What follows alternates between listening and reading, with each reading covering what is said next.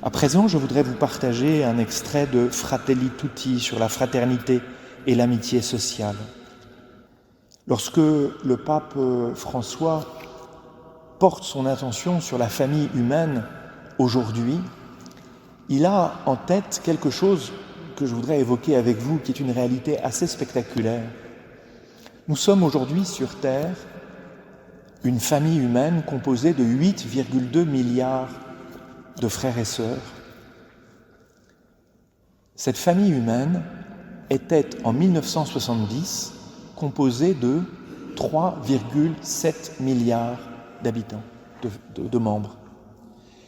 En 2010, soit 40 ans plus tard, la famille humaine est composée de 7,4 milliards de personnes. 1970, 2010, 40 ans. La population mondiale a été multipliée par 2 en l'espace de 40 ans. Ça ne s'était jamais produit dans l'histoire et ça ne se reproduira plus jamais. Dans les 40 prochaines années, la population mondiale va augmenter de 0,5. Elle ne va pas doubler. Le fait que la population mondiale double en l'espace de 40 ans est une situation absolument unique.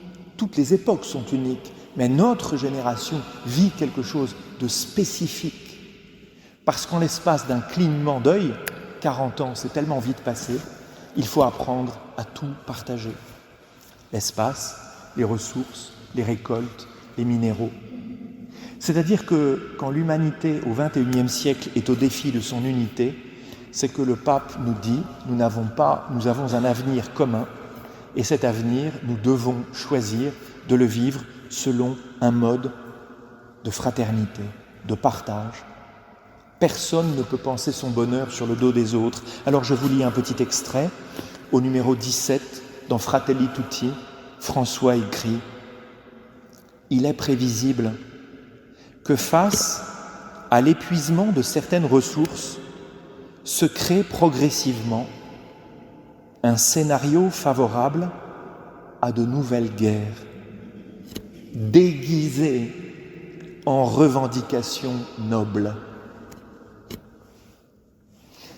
Il avait du flair. La question est là, c'est l'actualité de tous les jours. Comment arriverons-nous à partager ce qui est de l'ordre du bien commun pour l'humanité? Et il ajoutait au numéro 43 les relations virtuelles, les relations technologiques qui dispensent de l'effort de cultiver une amitié, une réciprocité stable ou même un consensus se renforçant à la faveur du temps, ne sont ces réseaux sociaux, sociales qu'en apparence. Elles ne construisent pas vraiment un nous, mais d'ordinaire dissimulent et amplifient le même individualisme qui se manifeste dans la xénophobie et le mépris des faibles. La connexion numérique ne suffit pas pour construire des ponts. Elle ne suffit pas pour unir l'humanité. Alors nous avons ensemble, à l'horizon de ce carême, l'invitation à réfléchir à ce qui fait l'unité de l'humanité. Quand nous voyons le monde aujourd'hui, nous, chrétiens, avons la responsabilité de vouloir, de penser et de nous mettre au service de son unité.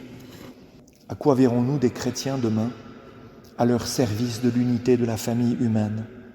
Car souvenez-vous toujours que la joie de Dieu est dans la communion des hommes.